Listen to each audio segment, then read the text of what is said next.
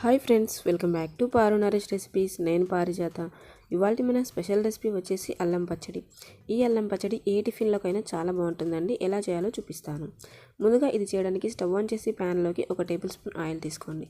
Oil వేడయ్యాక 1 table spoon శనగపప్పు, 1 table spoon మినపప్పు, 1 టీ స్పూన్ ధనియాలు, 1/2 టీ స్పూన్ జీలకర్ర ఇవన్నీ తీసుకున్నాక మంటని లో ఫ్లేమ్లో పెట్టి ఇవి మాడిపోకుండా కలర్ చేంజ్ అయ్యే వరకు బాగా ఫ్రై చేయండి. ఇలా ఫ్రై చేశాక ఇందులోకి 1/2 కప్పు అన్ని అల్లం ముక్కలు తీసుకోండి. ఇలా అల్లం ముక్కలు తీసుకొని ఇవి కూడా కాస్త ఫ్రై చేశాక ఇందులోకి ఒక రెమ్మ కరివేపాకు, ఒక 10 నుంచి 12 వరకు ఎండుమిరపకాయలు తీసుకోవాలి. ఈ ఎండుమిర్చి కూడా మాడిపోకుండా కలుపుతూ ఒక 2-3 నిమిషాలు బాగా ఫ్రై చేయాలి. ఇవన్నీ ఇలా ఫ్రై అయ్యాక ఇందులోకి వాటర్ తీసుకోవాలండి.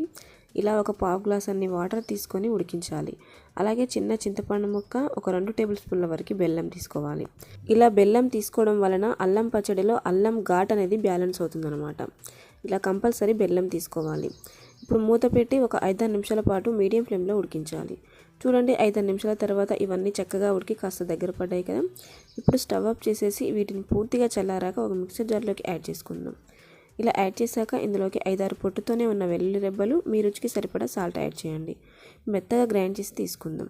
చూడండి, ఇలా మెత్తగా గ్రైండ్ చేశాక ఒక గిన్నెలోకి తీసుకుందాం. అయితే ఈ చట్నీ అప్పటికప్పుడు తినాలి, ఒక రోజుకే తినాలనుకుంటే ఇలా కొంచెం వాటర్ యాడ్ చేసి లూజ్ చేసి తాలింపు పెట్టుకోండి. లేదా 2 రోజుల వరకు, ఒక 2-3 రోజుల వరకు ఉండాలి అనుకుంటే ఈ వాటర్ యాడ్ చేయకుండా పోపు పెట్టుకోవచ్చు. ఇప్పుడు పోపు గిన్నెలోకి 1 టేబుల్ స్పూన్ ఆయిల్ తీసుకొని ఆయిల్ వేడయ్యాక పోపు గింజలు తీసుకోండి. ఇవన్నీ బాగా ఫ్రై అయ్యాక 2 ఎండుమిరపకాయలు, ఒక రెమ్మ కరివేపాకు వేసి పోపు బాగా ఫ్రై అయ్యాక పచ్చడిలో వేసి కలపడమే. అంతే, ఎంతో టేస్టీ అయిన అల్లం పచ్చడి రెడీ అయిపోతుంది. ఇది దోశ, ఇడ్లీ ఏ కాంబినేషన్లోకైనా చాలా బాగుంటుంది. సో ఫ్రెండ్స్, మరి మీరు ఓసారి ట్రై చేసి మీకు ఎలా వచ్చింది అనే ఫీడ్బ్యాక్ని కామెంట్ చేయండి.